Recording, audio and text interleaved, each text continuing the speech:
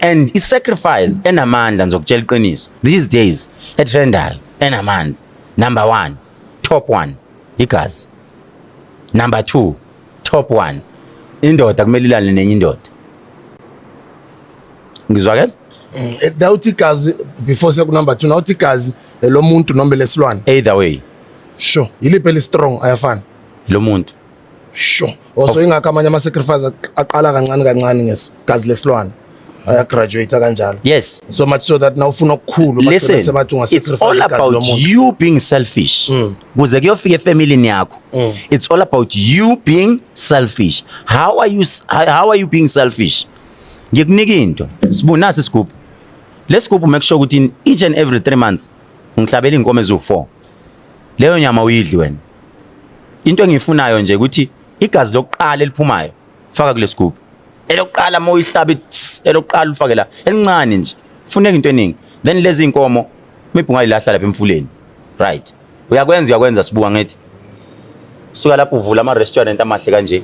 Vula yonke into. As imali ngena, believe me, you change friends. You change your behavior.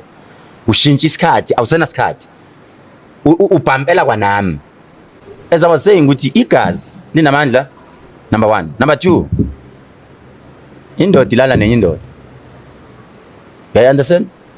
Angi understand. You understand ukuchazela. Unamadoda ashadi ilala namanye amadoda. Akazalanga enama feelings amanye amadoda. Ube nama feelings amanye amadoda ngoba uyena oyikhethelile. Uthe mayifike enyangeni siwu2 esigodlweni. Ilanguage iba deep. Indoda. Uzofuna into, unesibindi? Yes. Right. Ma unesibindi number 1. Into ezoyenza into yakho ibe nepower. You don't talk about these things on social media. You don't talk about the things on social media. Number 2. From today wena hamba ukhuluma insindiso. Hamba ukhuluma nje batshela ukuthi wena usindisiwe in while you know very well ukuthi yini. Number 3 okubalekile ndoda. Akumelanga uphele u3 days in a week ungalalanga nenye indoda. It's either bayakulala noma uyabalala. Imali yakho ayifani ongena kwayo. Bayakulala noma uyabalala. These days those are the spirits. Kunomama abaningi abanamadoda abashade nawo abangazi ukuthi indoda iyindoda la ekhaya ngaphandle umfazi bayayilala. Ziningi indlela zokubona indoda elalwayo noma elala amanye amadoda. Le ndoda esikhuluma ngayo indoda engazalwanga with those feelings. But iphoqe indlala ekhaya isimo ekhaya. Noma ungafihla kanjani sibu. But language yokukhuluma kwakho khona la ebuyiphahluluke khona.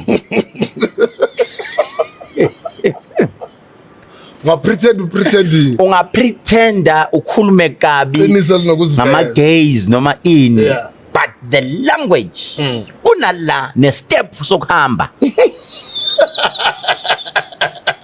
Kuyasho ukuthi khona into engenayo emva kuwena.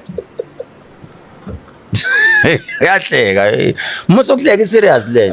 Akuhleka kamereni. Akuhleka kamereni. I-step sakho. I-step isifuba. Isifuba uyaskip. Isifuba usibona kanjani? Uyaskipha. Ubheke nale ndawo lezi ndawo lezi. Uyayivula. Yabo? Ebese eqede lo muntu uyaphahluluka. Nje umuntu ojimayo. Usivula nje not umuntu ojimayo. Kunendlela yakhe nje asivula ngayo.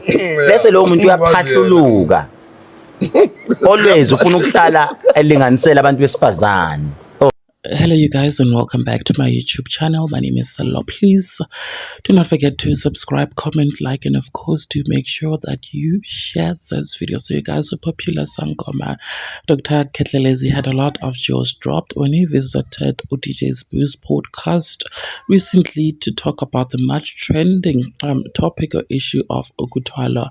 And this time he talked about the way in which people can acquire health and enrich themselves, of course, using this very controversial method of Okuthwala.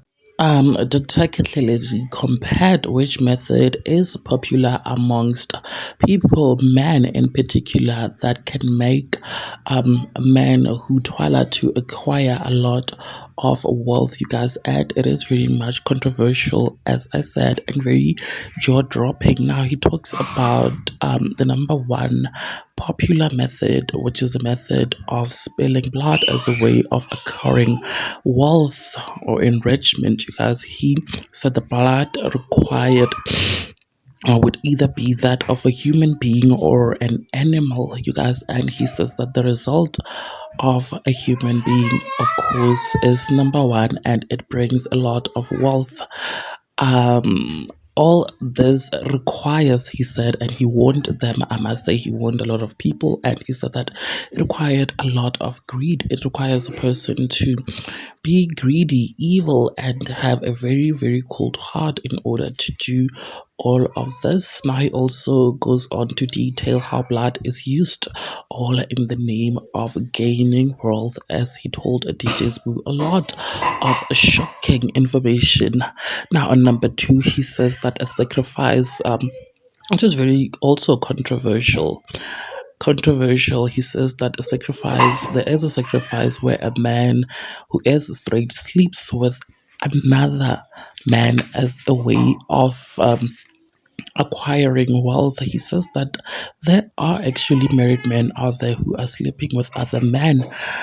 Those men are not born that way. They are not born homosexual. They're not born with, feelings of another man, but along the way they had developed those kind of feeling as they went to a sangoma to twala, so that they can grow their businesses, enrich themselves, and that they were given this option of a sacrifice as a way to make money. And he says that in the process, along in the process, they got used to sleeping with other men because they are greedy and they want to make money. He said quite a lot on that very interesting podcast, you guys.